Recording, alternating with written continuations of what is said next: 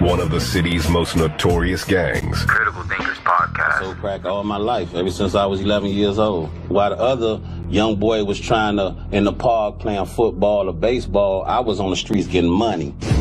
They label us a gang for coming together for something positive, for a movement to help the people. I mean, I know where I stand. I know I'm not a part of no gang. We don't have no colors. A lot of my friends, they like to represent their Haitian flag that represent their country. I like to extend high honors to the ancestors. Those ancestors being the ancestors of the Nile Valley that were responsible for some of the greatest civilizations that the world have ever witnessed. Those civilizations were predicated on the principles of Ma'at, which we define as truth, order, and righteousness. Well, over here, critical thinkers, the truth don't need no support. God made Haitians, little Haiti made Zoe. We would like to welcome y'all to another episode of Critical Thinkers.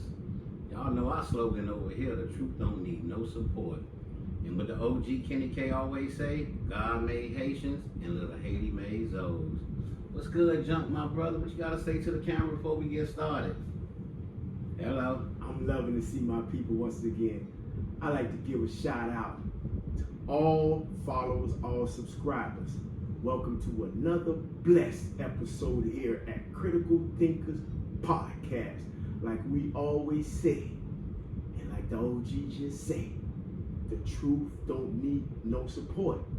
And we who sit here behind that banner y'all see behind us that's glowing, man, failure to investigate forfeit your right to speak. Hello. So that's why we only speak the truth over here. I like to give a shout out to little Haiti. Always little Haiti, because it's little Haiti that made me. You feel what I'm saying? And y'all about to get another blessed episode right here on Critical Thinkers Podcast. It's the main man, Junkie Junk. Y'all know little Haiti soldier. What's going on, Case the man? Damn, man, it's been a little while, you know, little bumps and bruises, little kinks and kanks, you know what I'm saying? So we had to be off air for a little bit, but we still kept y'all in tune with the little shorts. How y'all like them shorts? Y'all know we coming. I know y'all been waiting and anticipating for that music. And it's in the making, baby.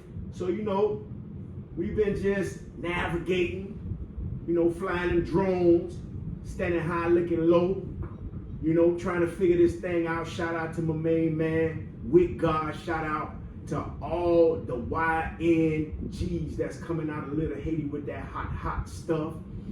Once again, last but not least, we can't forget all the rappers that's coming out, man, with that gas from Little Haiti.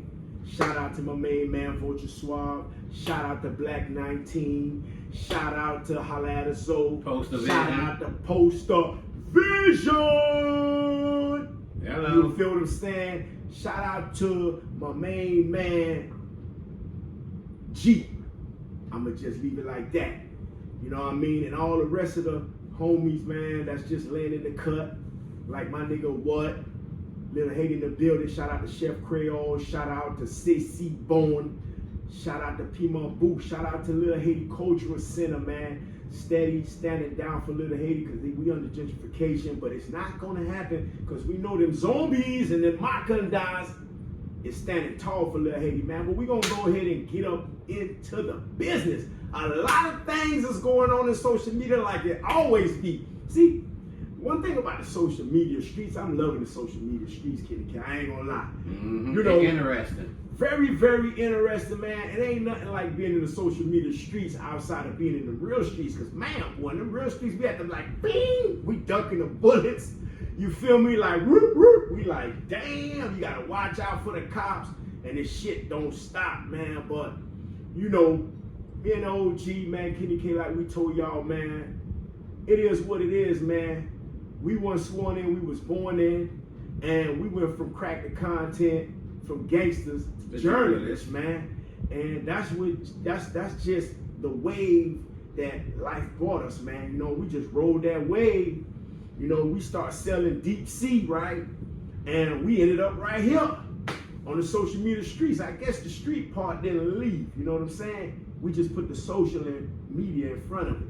Hello. So, man, you know, we blessed by the best to be here, man, and we gonna continue to bring on that gas, that fire, that truth. You know what I'm saying? Unlike these other podcasters that's just want clicks. We don't want clicks. We just want to bring the real. You know what I'm saying? Like it's supposed to be bought. And like we say, man, fail to investigate, forfeit your right to speak, man. So that's why we take pride in what we talk about here, man, and we go deep. We critical thinker. You know what I'm saying? So, man, what we gonna bring to the audience today, Casey? Because there's so much going on, bro. Today, my brother, is only right we deal with the home team first. Home team always first, man. Legendary Bo Dilly. Damn. Man, I cannot believe this, John. I've been hearing about Bo Dilly since I was a kid. Man. Since I was a little kid, those were one of them names I always heard growing up. Bo Dilly, Damn, man. Ike. And the other one from Overtown, Rick Brown. Bunky Brown. Bunky Brown. Those are the three names that I grew up on. Bunky Brown. You can't forget Rick Brownlee out there. Rick Brownlee out the locks. Out the locks, right? And Ike.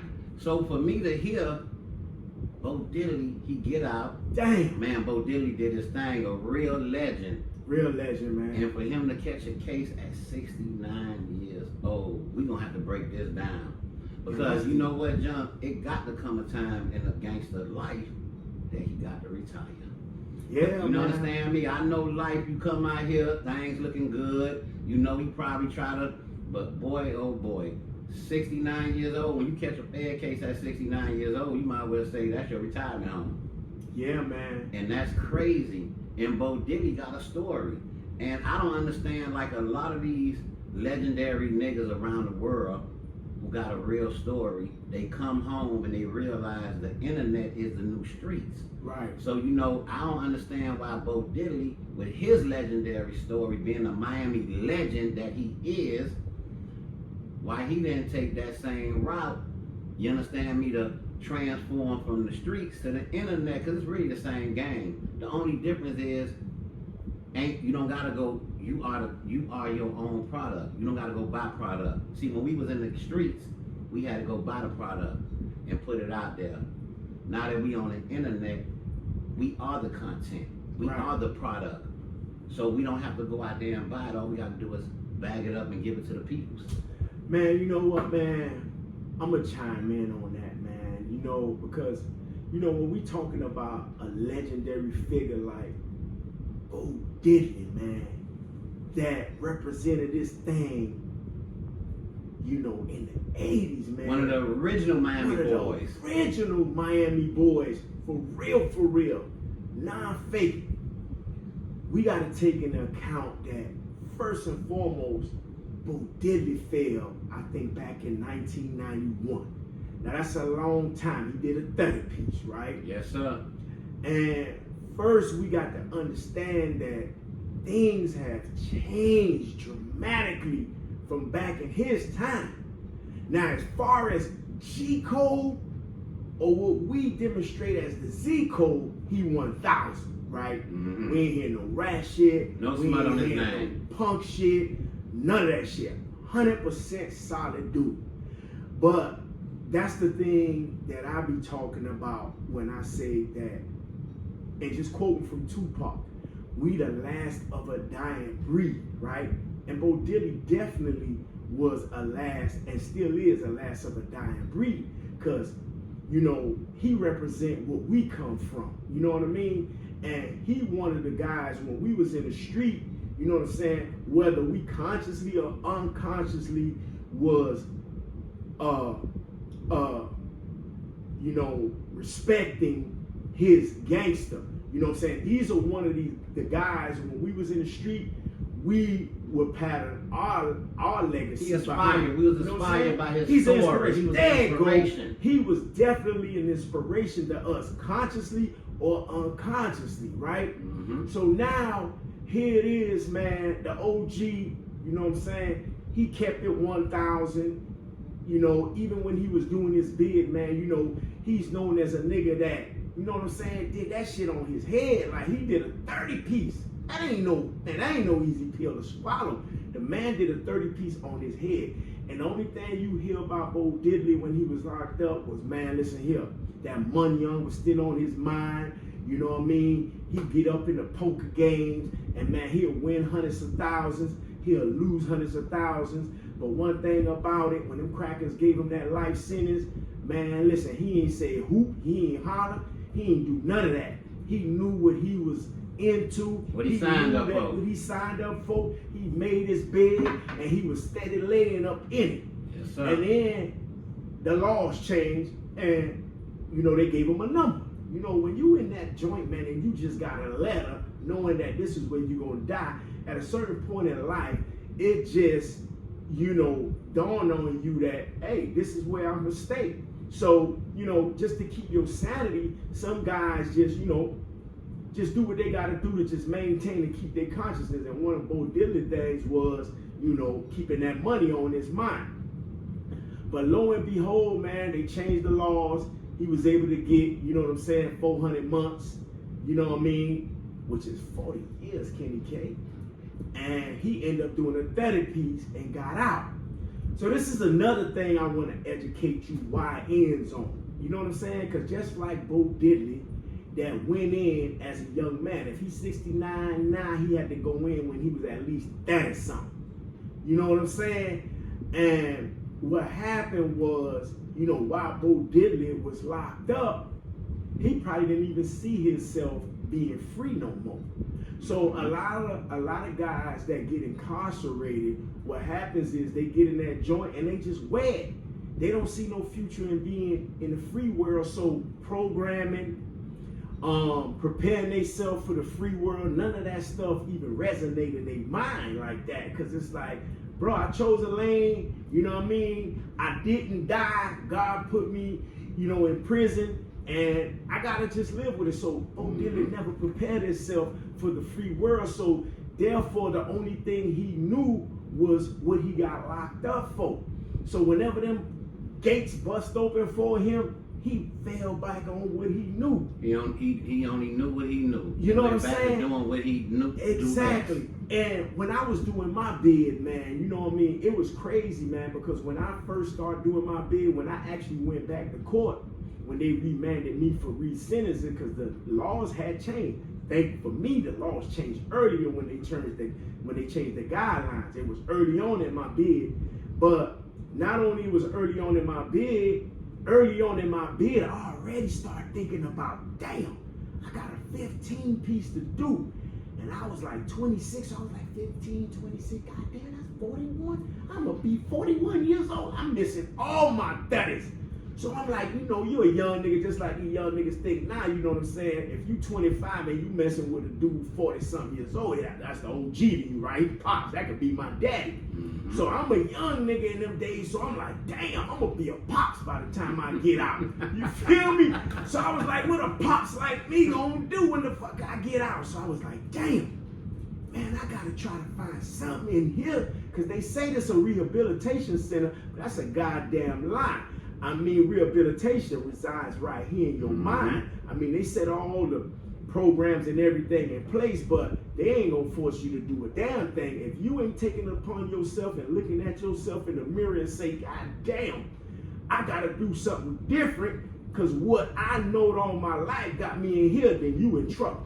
Because the only thing you gonna do is put your mind on pause, do that time, and when you get out, you're gonna revert back to what you know. And that's a perfect example of what Bo Dilly did. And man, you know, I support that brother to the fullest because he a real dude, and I'm gonna always stand behind real niggas at the end of the day. But man, it's a sad, sad story, and it's a lot of brothers outside of Bo Dilly that's in them dismal cribs, that's in them prison cells, and all they doing is doing a bid. You know. And you know what, John? I don't mean to cut you off, but yeah, it seems like it's a trend going on now with the older niggas coming home and bumping their heads, because if you look at it right now, you got Bo Dilly. Right. You got Big U. Big U. Oh, see, you know, it's like something going on with these old niggas. You understand me? So this need to be addressed, because at the end of the day, you come so far in the game not to get back in the game. Right. You come a certain point in your life, you know, even if you 50 years old, 60 years old, you're going to feel young at mind. But at the end of the day, this is a young nigga's game. And you cannot be doing the dumb shit that you did in your young days. I don't care how old you is. It's no reason. Bo Dilly is a legend. Right. Bo Dilly could have took so many other avenues. It was his right to do what he want to do. Every man got their own right to live their life. Right. He took a chance. He got to deal with it. And as we know, he dealt with 30 years.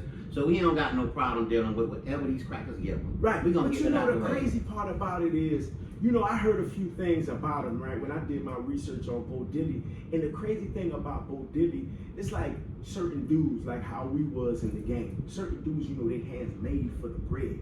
You know, you could look at it overall, and you could count the niggas that you probably dealt with or you encountered when you was in the game and shit. And you know how some niggas, you look at them, you know they was out there, but they was like buzzing luck. Like they really never had, you know what I'm saying, the gift of gab to get money. A lot of niggas, they probably was just in the way, they'll bust their guns, or you know what I'm saying, you know, you'll find them, you know what I'm saying, as a niggas will go get when they in problems, but when they came to the munyon, they hands wasn't built for the munyon, you know what I'm saying? Unlike a dude like Bo Dilly, a real Miami boy that was getting it, millions when he was a young nigga. And from what I understand is that when he got out, because he ain't just got out, he been out for a few years, you know what I'm saying? And I heard when he first got out, being the gambler that he is, the man hit for $1 million. Now look, it might be some truth to that because John, my wife worked at the casino. Right. And she done came home plenty of nights saying that she asked me about, you know, someone named Bo Dilly, whatever. I said, yeah, that's a legend. He do his thing. She said, yeah, he be coming up to the casino. Wow, he be look at that. gambling. So, you know, he still had that gambling. Yeah. So, we don't know. Right. That probably played a big part of him going out there to make that play. Yeah. You know when you addicted to gambling, you like spending fast money. But go ahead, John. Yeah, So but you already know how saying? it was, Casey. You know what I'm saying? Even when we was in the game back in the days, I can remember, boy, going on 71st and 12 with Sajak deal. You feel what I'm saying? I was a big scam. One time for my dog Sajak. 2 times for Sajak. You know what I'm saying? You know that crib they used to have on 71, boy, used to be millions in that crib. And straight gas. What? Gas. And that gas, that crib. Better For sure. believe it. So a lot of niggas that we knew, and even us, remember, boy, on 5, 6, and first on that sidewalk, it used to be John, millions of dollars and on that gambling. sidewalk. Y'all boys used to do y'all thing too, boy, because I done seen it. So you know, a lot of niggas that be in the game, you know what I'm saying? I don't know what it is, but you know that gambling addiction be there. So Bo Dilly, an old school player that was getting money, so he had an addiction, you know what I'm saying, to gambling. And even in that joint, I heard many niggas talking about when you needed hundreds of books of stamps, like in the joint, in the feds. That's what the money is. Stamps Is the currency. Stamps you put on mail is the currency. They utilize stamps as money.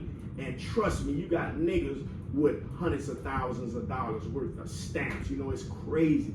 But long story short, what I wanted to get at was the man's hands was like made for money. So even when he got out, I heard he hit for like $1 million. But you know, unlike, you know what I'm saying, a smart better, you know, it's an addiction. So he said he went back and he lost that money right back. So at the end of the day, what I was trying to say is, man, for a man like that, and many men that I knew that been in prison or are still in prison, and they don't utilize their time wisely to try to come up with a plan for when you get out. You know what I'm saying? Try to get in some type of trade school or whatever, so when you get out, you feel me, you can actually acclimate back to society where you won't end up being what they call statistics or recidivism. You know what I'm saying? That's what statistics say. Statistics say that damn near 70%. Hold on, John. What was that word you just said?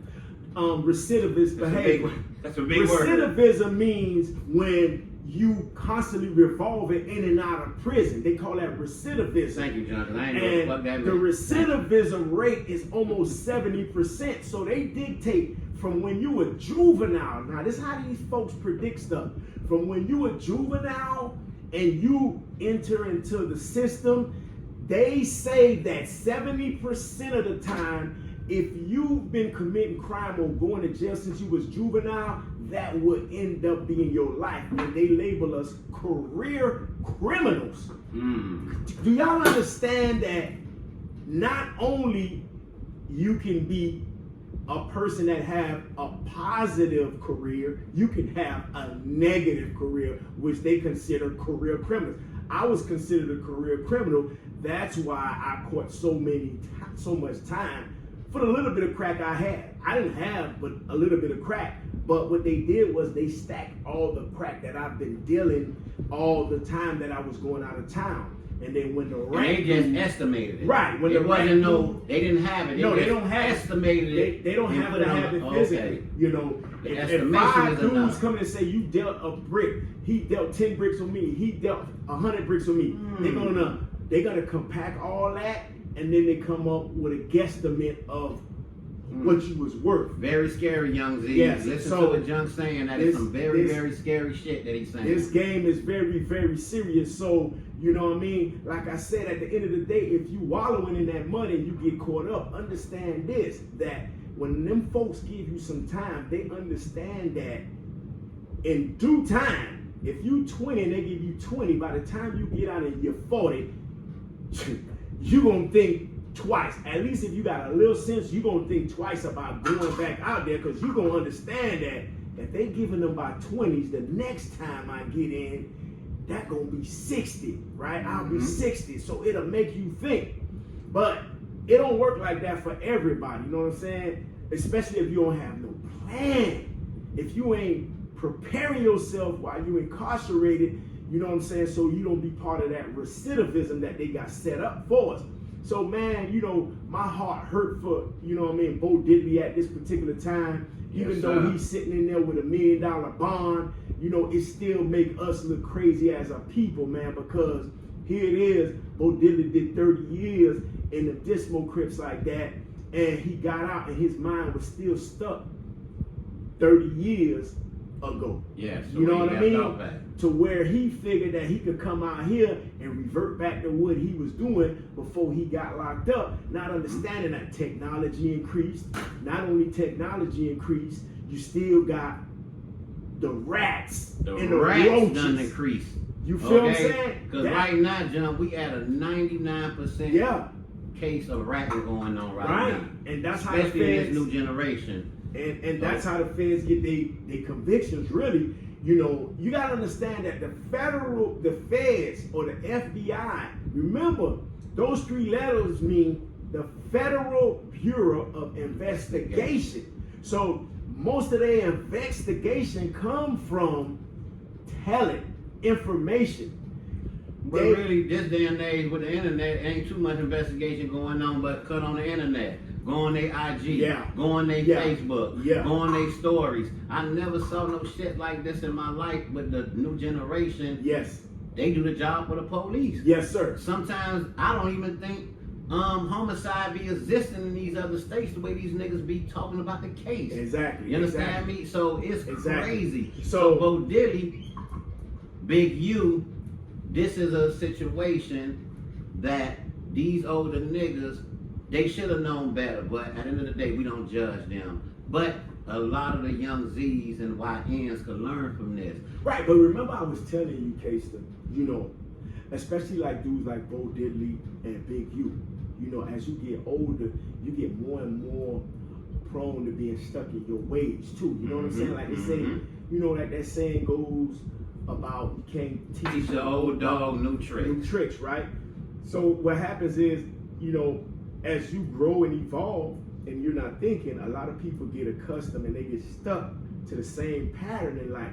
So you really can't tell them too much, because what they feel is like this: if I've been, you know, if I've been in the game this long and I've gotten this far, who the hell is you to tell me to do anything different if I'm still living? You know, some emoji to be like, young nigga, get my age, young nigga. True. You know what I mean? But I like that you said that, right, my brother? Yes. Because me and you are living proof that we could look in this camera and tell them YZs and them YNs that you can teach an old dog new tricks. Yes, sir. Because you have to elevate with the time. If you get stuck in your old ways, you're going to be stuck back there. Right.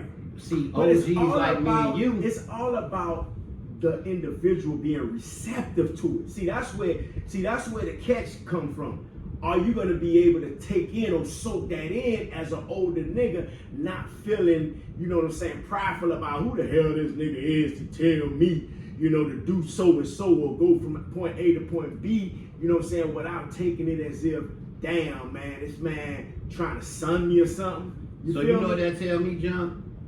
The first rules to the game when you become an OG is you have to kill your pride. That ego, man. That ego gotta go. So that let me know that certain niggas, especially older niggas who want to live off their past, they never let their ego go. Right. That ego get them in trouble. We understood that we gotta bury our ego. Yes. You understand me? Yeah. So sometimes you gotta put your pride aside. You understand me? When you got your eye on the bigger picture, because your ego is part of the reason of your fuck up in your young days. Yeah, you know, OG told me that when I was in the joint. You know, when I was in the joint, man, you know, I was the type of dude, man, I hear my homeboys, you know what I'm saying, went through some, and I used to make it my business to just go get in their business, you know what I mean? So I could be there on the front line with them, you know what I mean? Because it was all about a code that a nigga honored, you know what I'm saying? And my pride wouldn't let me, you know what I'm saying, not go and confront that issue. But, you know, it was an OG that pulled me over back in the day. He was like, man, you know what, man, Junk, I see something in you, man. You know, you kind of, you know, got some leadership qualities to you. Kind of like a smart dude, but the thing about you, you got your pride. He said, let me tell you something, youngster, man. There's 3 things that hold a man down in life. And he came straight out of like that Bible. He was a religious dude, but this dude was a fool. Dude was a fool with his hands. He was a gangster on the street, but he had done converted. He was like, man, you know, when you start getting old, you get tired, man. You know what I mean? And then you start listening. You know, you go to bumping your head against that wall too much, man. You know, that shit start hurting. So he said, man, there's 3 things that hold a man down, man, and that's the lust of the flesh. You know, what your flesh want, your desires. He said the lust of the eye. You see what other people got and you want it. And then he said, but the most one, you know, the one that's really, really, really important and it take a lot of us down, he says the pride of life, your ego. He said those 3 things will hold a man down in life. And if you don't enlighten yourself and become aware of the things that'll hold you down, it's going to take you down to the ground.